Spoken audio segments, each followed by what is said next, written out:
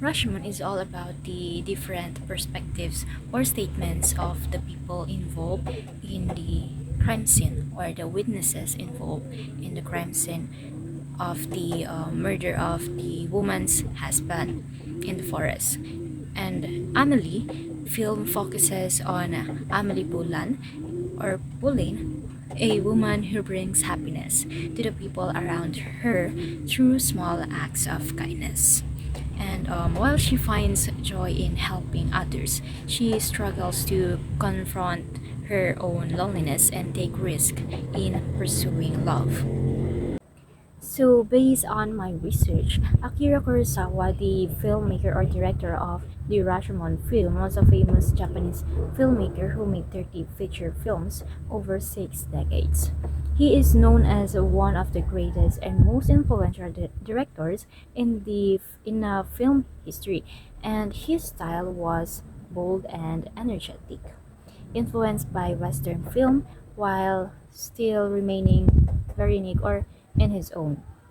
And then Kurosawa used creative techniques such as multiple cameras, screen wipes, and special lenses to make scenes more exciting.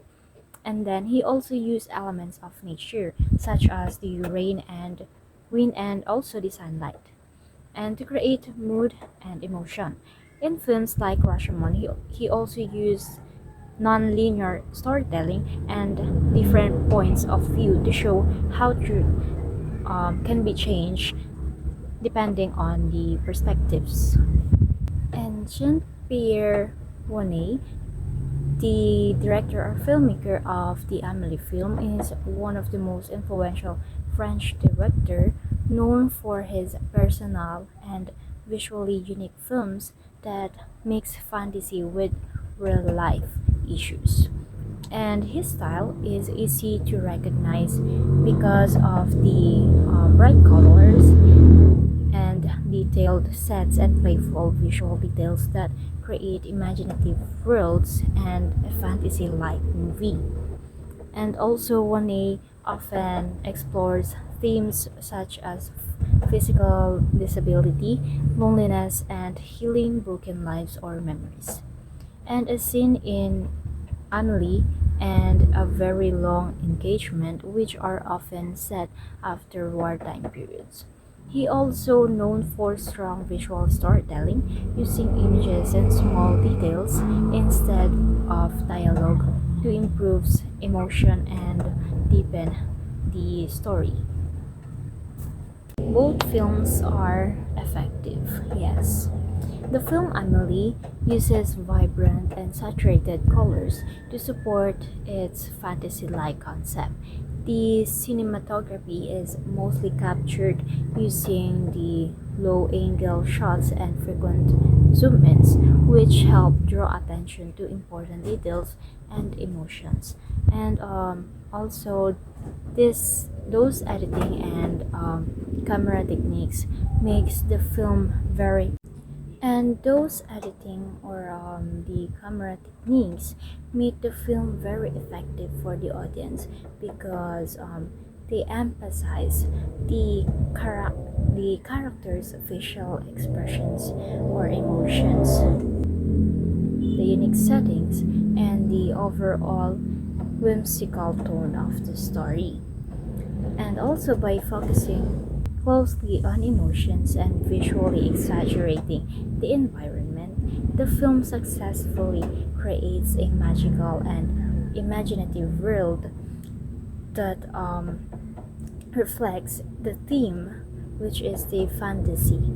And also, in addition, some frames are slightly tilted. Yeah, I've noticed that some frames is tilted. On the other hand, Rashomon was filmed using many different angles in each scenes or scenario. And the film also often uses wide shots in the forest. Lastly, they also place the camera or the angles based on the characters place or where are the characters going. The shots in Rashomon that made a great impact on me were are the scenes where the man walk through the forest for a long time. And I've noticed that different angles were used behind the trees, under a log, behind the leaves, and the wide shots far away from him. And that particular technique or camera angles create the illusion that he had been walking far into the forest. And the second shot that stood out to me also was when the man was sitting or sleeping under a large tree and saw the husband and wife. That shot emphasized the idea of proportion, and I was amazed by how large the tree appeared compared to the man sitting on it. Meanwhile, the shots in the Amelie film made me feel weird or awkward and curious while watching the film. These were mostly the zoom ins on the characters' faces, particularly in scene where Amelie smiles at the man she likes. That scene did not need narration for me to understand what was happening because on her expression alone emphasized the meaning. And I found it very effective, even though it felt uncomfy or uncomfortable at first. And as because it's like as if someone was putting their face very close on mine, right? And in addition, the low angle shots were also effective because they created space while showing the setting of the scene. It emphasizes where the scene happened.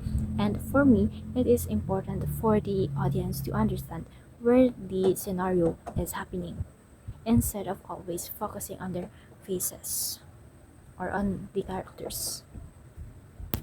Okay, so after watching both films, I've noticed that one of their main differences is the use of color and contrast.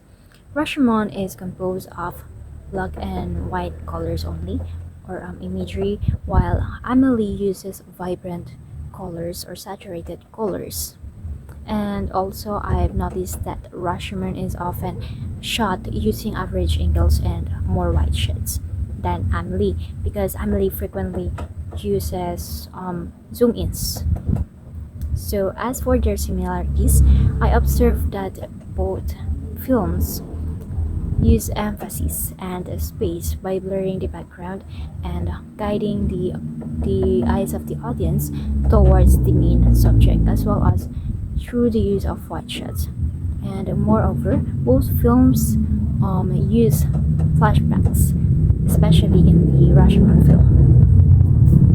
So in the modern day filmmaking, even with the use of CGIs, artificial intelligence, or visual effects, it is still possible to make films that are engaging and effective in delivering messages to the audience without depending heavily on it. This is because audience often want films with stories that make sense and emotionally connected with them through dialogue and expressions of the characters. Moreover, there are many different techniques of filmmakers that can be used to make a film visually appealing by applying those art and design principles. Okay, so in my opinion, in my perspective, both films take a long time to encourage me to continue watching it honestly. Because as I've mentioned in my previous answers, I initially find both films uncomfortable because of the frequent zoom ins. I also think this feeling comes from the fact that I am not very into or interested in crime related films. So that's why I did not like the zoom ins at first because as I've said earlier, the scene where the Emily smiles at the man, it it it really catches my feelings. Like I smile also because, you know, I understand that there's something between Emily and that guy. Yeah. And also, however, Rashomon quickly caught my attention also because I became more focused on its cinematography, especially since I really like camera angles used on the film, especially or specifically on the scene where the man walk through the forest for so long, and that takes how many angles and shots. So, therefore, Emily made me realize that its frequent zoom-ins help me understand the screen or the scene better and touch my emotions, such as making me laugh because they strongly emphasize the character's emotions. So, in conclusion, I I definitely find both films really good in both different terms or aspects.